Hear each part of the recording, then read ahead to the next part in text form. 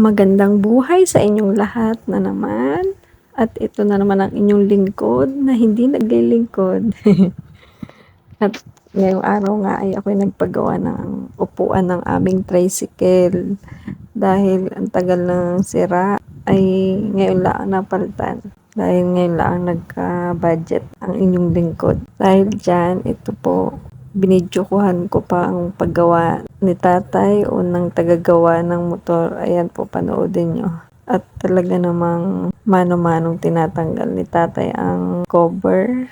Nung una, ayaw ko pang ipaalis yung pinaka-una niyang naging cover o yung parang pinaka-original niyang cover. Kaso sabi ni Manong, baka daw hindi didikit yung bala ng tacker pag tinacker. Kaya ayan po, tinanggal niya po at makikita niyo naman kung paano niya ito tinatanggal. Hindi na po to bago para sa akin dahil nakailang palit na rin po ako dahil sa mga mababait kung alagang pusa at aso na pala sinasampahan na ang cover ng motor o ang upuan ng motor kaya nasisira.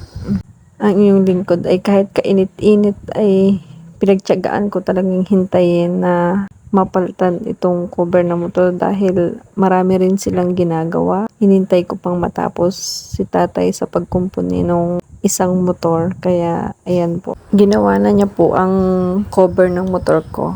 Salamat naman at nagawa na agad ng maaga-aga. Dahil talagang tanghali na po sa oras na iyan at gusto ko nang umuwi dahil magluluto pa po ako ng ulam para sa pananghalian po. At natanggal na ni tatay lahat ng cover at mano-mano na niyang tatanggalin ang mga nangalawang na bala ng tacker.